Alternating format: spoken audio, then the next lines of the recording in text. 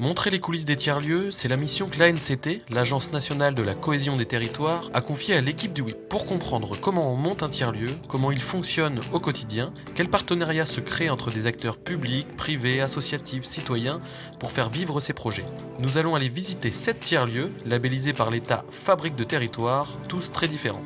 Nous allons aller à la rencontre des gestionnaires des tiers-lieux, des partenaires de projets, des utilisateurs, des élus, des techniciens, qui vont nous raconter comment le projet s'est construit, comment il est perçu, comment il fait évoluer les acteurs du territoire et comment il transforme les façons de faire. Ensemble, on va parler des difficultés et des succès, de la genèse à la transmission des projets.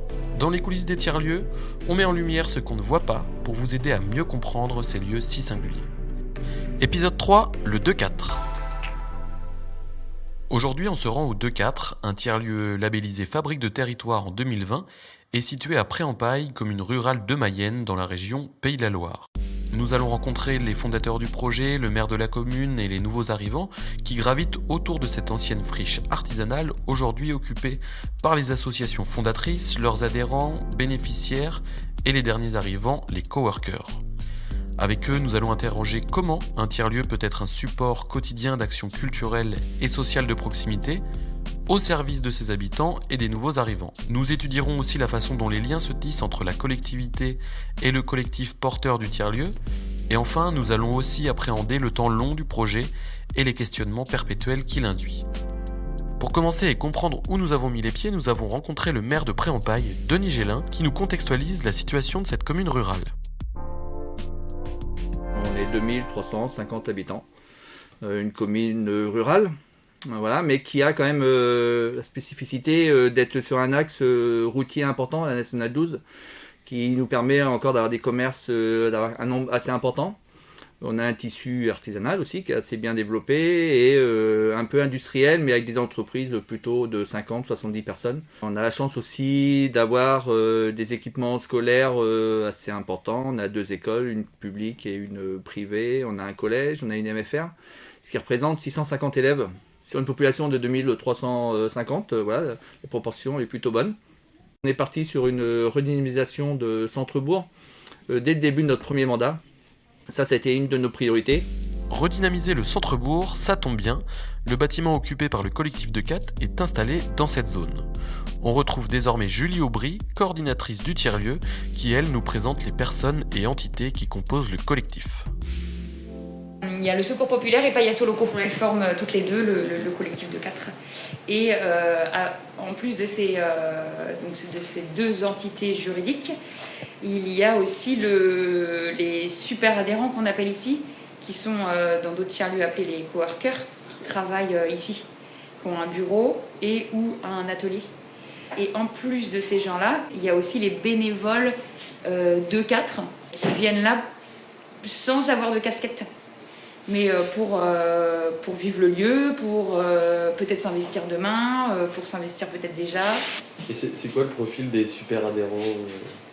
Le profil des super adhérents, c'est des personnes qui sont soit déjà implantées, qui sont déjà salariées de la CAE, de la coopérative d'activité et d'emploi de la Mayenne, qu'au démarrage, soit des personnes qui viennent de s'installer sur le territoire, ou déjà depuis 3-4 ans, et qui cherchaient un lieu, avant de travailler dans le lieu, plutôt un lieu à vivre, un lieu social.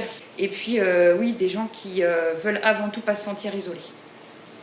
Et qui ont bien compris la dynamique du lieu, c'est-à-dire de ce fameux donnant-donnant, la super adhésion, effectivement, elle est pas chère. Et en contrepartie, je donne un petit peu de montant. C'est pas du tout une règle qui est fixée, c'est plutôt une règle vécue. C'est informel. Informel, ça, ouais. Mais du coup, j'ai l'impression que tout le monde donne un peu de son temps, par exemple, pour être animateur du club informatique, pour faire un coup de ménage, pour accueillir, voilà. Donc c'est un peu comme ça que ça se vit. Et pour terminer cette fiche d'identité du lieu, nous avons rencontré Bénédicte Maillet, coworkeuse, ou autrement appelée super adhérente, qui nous fait une présentation des espaces qui composent le lieu.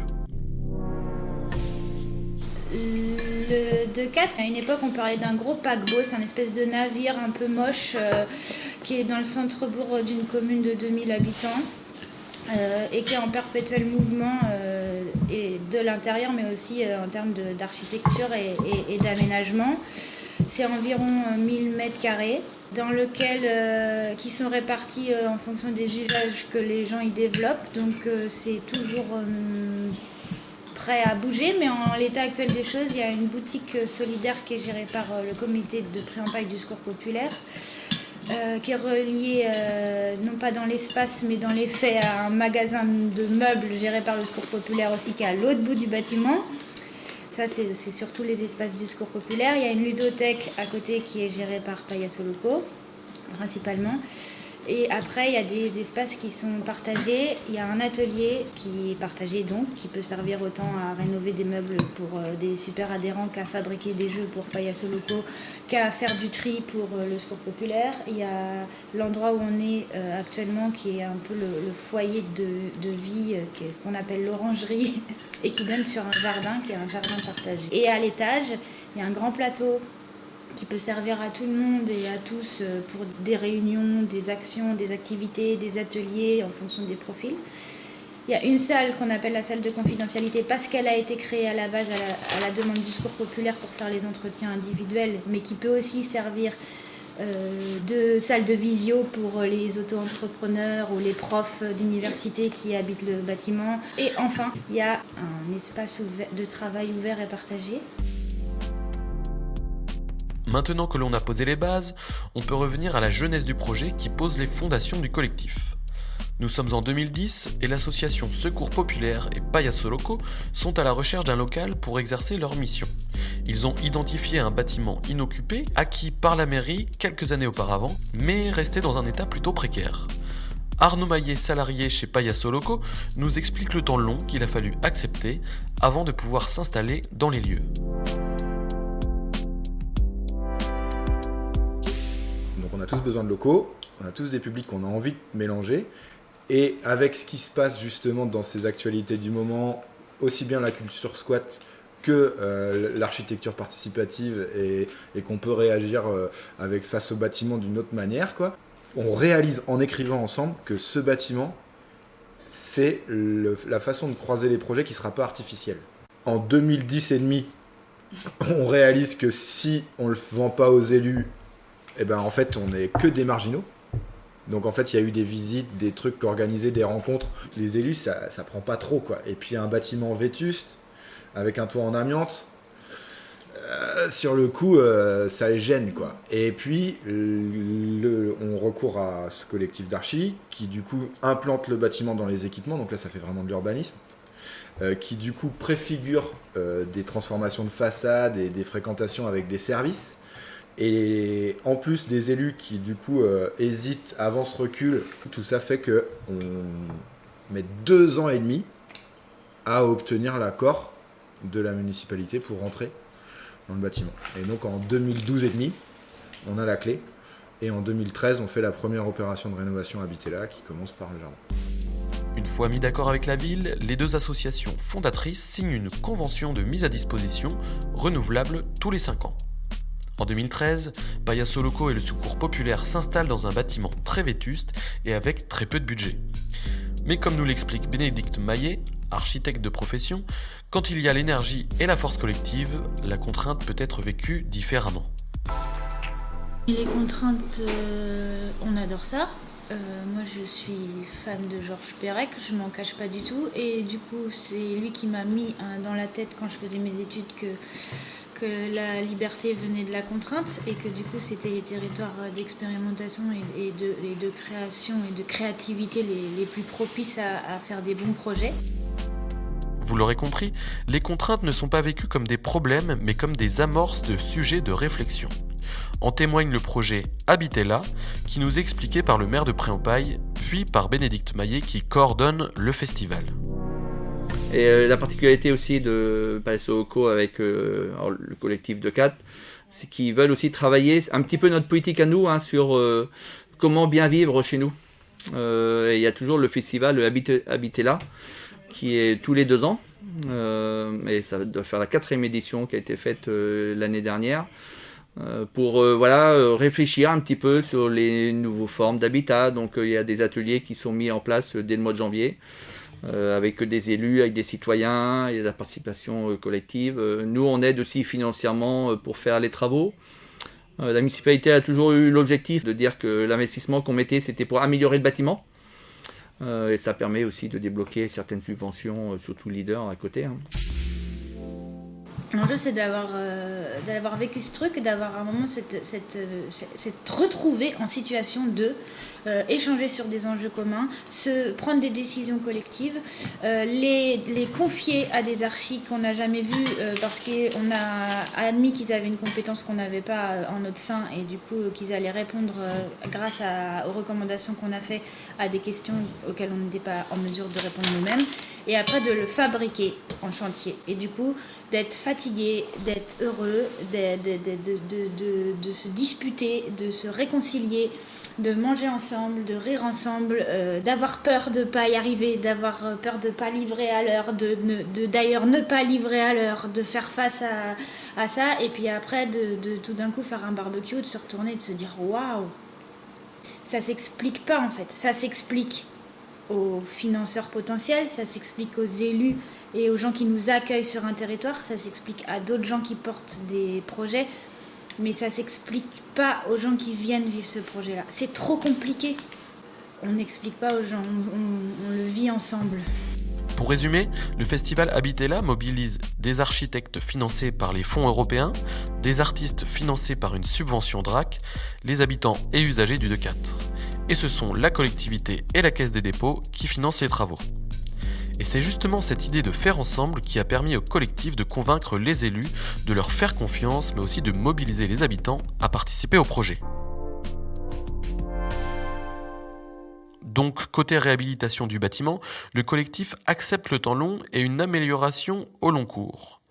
Et côté structuration en interne, on s'organise quelques années après l'installation jusqu'à créer l'association 2-4, qui intègre toutes les parties prenantes pour porter le projet tiers-lieu qui s'est appuyé sur le dispositif d'État Fabrique de territoire. Quand nous, on postule au tiers-lieu, l'ensemble des gens qui participent aux réunions, et ici c'est un peu dingue, mais il y a des fois 18 personnes qui participent aux réunions et qui représentent le Secours Pop, Payaso Loco, les super adhérents et tout le monde, on choisit de dire on n'a pas compris ce que c'est un tiers-lieu.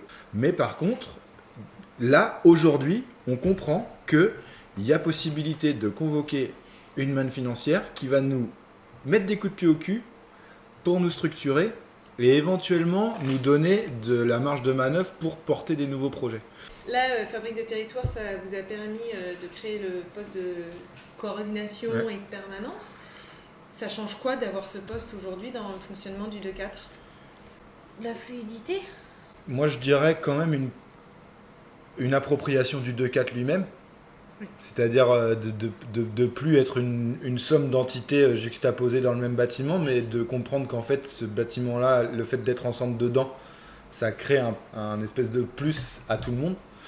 Et qu'il aurait besoin qu'on s'occupe de lui en tant que tel, et pas toujours systématiquement en parallèle de nos autres activités d'assaut. Et puis que il nous envoie aussi un peu ça nous envoie un peu aussi dans le temps long, parce que ça nous fait réaliser aussi que d'un coup, si le bâtiment il a sa propre existence, en fait il nous appartient plus.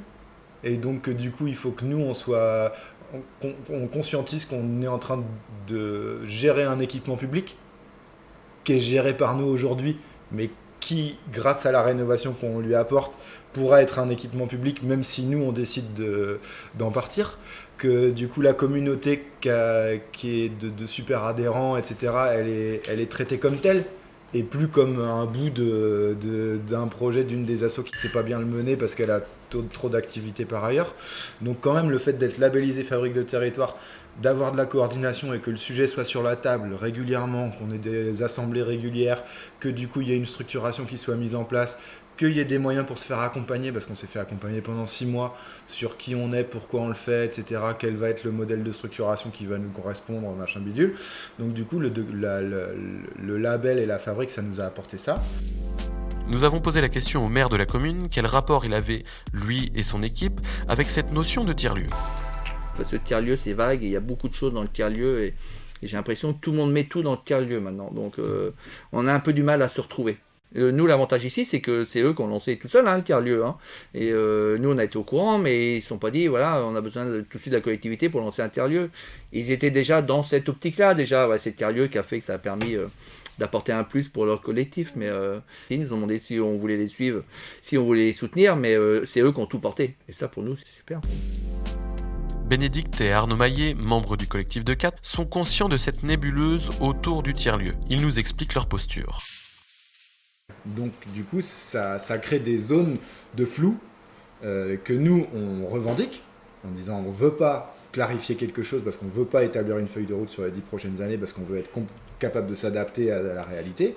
Et de l'autre côté, l'élu dit bah oui, mais moi sans visibilité, comment je fais pour abonder dans votre sens parce qu'en fait, vous me dites que du volatile. Et en plus, j'ai plus les outils parce que ce que vous revendiqueriez, ce serait un soutien au fonctionnement. Et en fait, le soutien au fonctionnement, je ne l'ai même pas dans mes fiches pour continuer à vous aider. On est dans un espèce d'endroit où on fait au coup par coup et puis en essayant de faire chier personne. Mais je me dis, s'il y a un vrai intérêt de ça, c'est le partage de la culture de l'expérimentation. Ce que je veux dire par là, c'est que plus on va parler de tiers-lieux, de démarches comme ça, et plus ça va tourner dans la tête des gens, plus ça va être facile quand même de dire, on ne sait pas où on va, mais on voudrait des moyens pour essayer d'y aller. Un autre point de vigilance évoqué par le maire de Pré-en-Pail, c'est la différence de rythme entre les deux entités.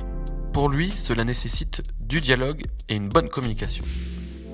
La difficulté qu'on a et la difficulté des fois qu'il faut qu'on explique soit aux associations, soit aux concitoyens, c'est que quand on a une idée de projet et le jour qu'on arrive à la réalisation, il se passe énormément de temps. Donc on sait bien qu'il faut 3 à 4 ans dès qu'on a une idée pour arriver jusqu'à la fin de certains projets.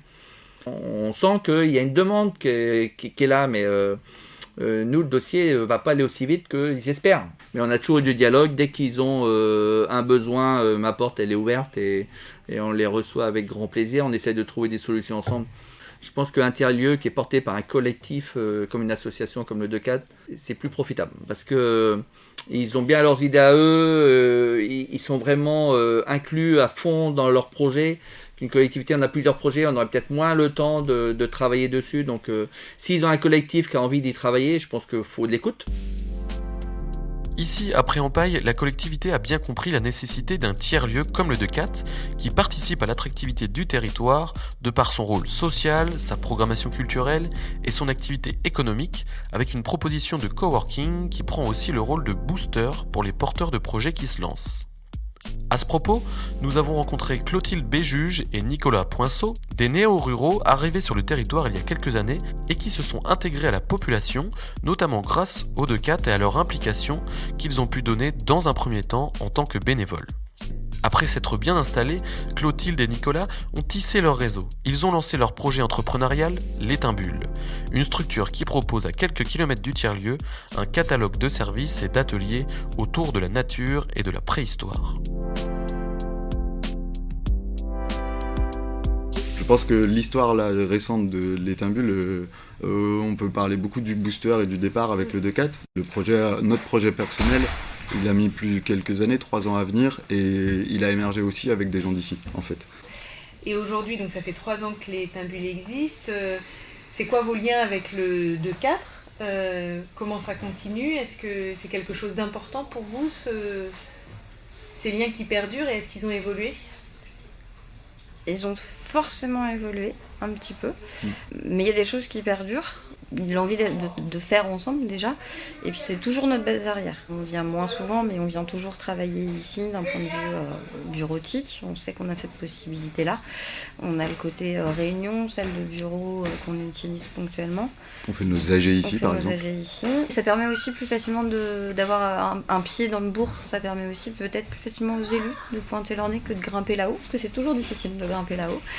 Et en termes de lien avec les structures, donc on utilise toujours les ressources qui sont présentes. C'est un réseau qui s'est construit. J'ai l'impression qu'on est devenu une petite pièce du réseau, quoi. On a besoin effectivement une base arrière, c'est un peu le bon mot, un lieu où, l'hiver, nous on n'a pas de bureau, c'est pas du tout installé comme ça, on n'a pas forcément d'atelier de bricolage de la même manière, parce qu'effectivement on fait des bricolages archéo, mais quand on commence à faire plusieurs dizaines, vingtaines de prestats dans un mois, de temps en temps on fait aussi des bricolages avec des visseuses, des tasseaux et des choses comme ça, et là ici il y a un atelier chouette, des gens peut-être plus compétents que nous. Il y a de l'infrastructure et des personnes ressources. Voilà, des personnes. Effectivement, là, pour de la gestion, pour des questions administratives, on sait que si on le souhaite, on a des gens avec qui on peut se retourner de façon professionnelle, là, pour le coup. On a toujours le soutien des copains, on peut toujours poser les questions à celui qui est plus avancé en compta ou autre. On retrouve à nouveau Arnaud et Bénédicte, super adhérents, tous deux installés au Decat, avec leur activité de jeu ludique pour le premier et de permanence architecturale pour le deuxième. Ils sont natifs de Pré-en-Paille et nous expliquent ce que le tiers-lieu leur apporte, à eux et au territoire. Il va y avoir des profils très très clairs de gens plutôt urbains d'ailleurs qui se retrouvent tout de suite dans ce lieu et qui se disent ah bah oui on hésitait à acheter ici, j'ose le dire parce qu'il y en a 2 ou 3 autour de nous qu'on dit le Decat nous a fait franchir le pas de l'achat. Mais c'est pas ça qui remplit l'école à ce point-là et tout ça, donc c'est vraiment à mon avis c'est dilué. Qu'est-ce qui aujourd'hui sur un territoire rural comme ici, s'il n'y avait pas de tiers-lieu, qu'est-ce qui se passerait pas ? S'il n'y avait pas le 2-4, je ne serais pas là. Parce que j'ai une activité en mon nom dans laquelle je suis seule. Je ne la vivrais pas en milieu rural s'il n'y avait pas un lieu comme celui-là. Donc je pense que ça c'est partagé par quand même quelques-uns des micro-entrepreneurs, même si on n'est pas sous ce statut, qui fréquentent ce lieu. C'est quoi les caractéristiques qui font que ça te fait rester ? L'énergie du collectif, c'est complètement bateau comme réponse, mais c'est de me sentir pas seule, de sentir qu'il y a des gens qui osent et que ces gens-là ils sont proches de moi et que s'ils osent et qu'ils y arrivent, ou même s'ils osent et qu'ils ratent, et ben peut-être que je peux oser y arriver et oser rater et on s'entretient. Par ces témoignages, on comprend que le tiers-lieu participe à l'attractivité du territoire. Les natifs sont plus enclins à rester ou à revenir habiter dans le secteur après leurs études, et les nouveaux arrivants sont séduits par ces lieux qui participent à leur intégration sociale et au développement de leurs projets professionnels. Nous tenons à remercier Julie Aubry, Bénédicte et Arnaud Maillet, Clotilde Béjuge, Nicolas Poinceau et Denis Gélin pour leur participation à ce podcast. On se donne rendez-vous dans un mois pour un prochain épisode dans les coulisses du tiers-lieu Baraka à Roubaix.